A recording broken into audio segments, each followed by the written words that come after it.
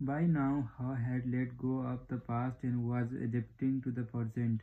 He continued on through the maze with a greater strength and speed, and before long it happened when it seemed like he had been in the maze forever. His journey, or at least this part of his journey, ended quickly and happily.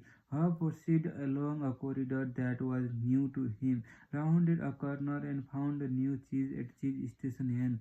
When he went inside, he was stra- startled by what saw. Piled high everywhere was the greatest supply of cheese he had ever seen. He didn't recognize all that he saw as some kind of cheese were new to him. Then he wondered for a moment whether it was real or just his imagination, until he saw his old friend Sniff Scurry. Sniff welcomed her with a nod of his head, and Scurry waved his paw. Their fat little bellies showed that they had been here for some time. Hawk quickly said his hellos and soon took bites of every one of his favorite cheese. He pulled up his shoes, tied the laces together, and hung them in around his neck in case he needed them again. Snip and Scurry laughed. They nodded their head in admiration. Then Hawk jumped into the new cheese. When he had eaten his fill, he lifted a piece of fresh cheese and made a toast. Hooray! Hooray for a change! As Haw enjoyed the new cheese, he reflected on what he had learned. He realized that when he had been afraid to change, he had been holding on to the illusion of old cheese that was no longer there. So, what was it that made him change? Was it the fear of starving of death? Her smile as he thought it certainly helped. Then he laughed and realized that he had started to change as soon as he had learned to laugh at himself and at what he had been doing wrong. He realized the fastest way to change is to laugh at your own folly. Then you can let go and quickly move on.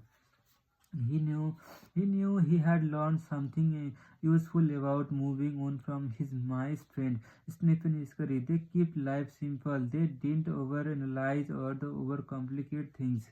When the situation changed and the cheese had been moved, they changed and moved with the cheese. He would remember that Haw had also used his wonderful brain to do what little people do better than mice.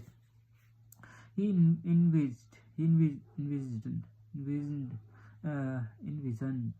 himself in the realistic detail, finding something better, much better. He reflected on the mistake he had made in the past and used them to plan for his future.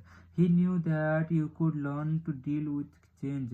Yeah, you could be the more aware of the need to keep things simple, be flexible, and move quickly. You did not need to overcomplicate matter or the confuse yourself with fearful beliefs. You could notice when the little change began so that you would be better prepared for the big changes that might be coming. He knew he needed to adapt faster, for if you do not adapt in a time, you might as well not adapt at all. Adapt at all. He had to admit that the biggest inhibitor to the change lies with yourself, and that nothing gets better until you change. Perhaps most importantly, he realized that there is always a new cheese out there, whether you recognize it at a time or not. And you are rewarded with it when you go past your fear and enjoy the adventure.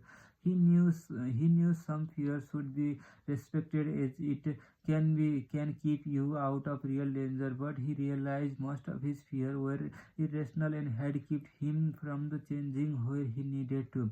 He didn't like it at the time, but he knew that the changes had turned out to be the blessing in the disguise as it led him to find better cheese.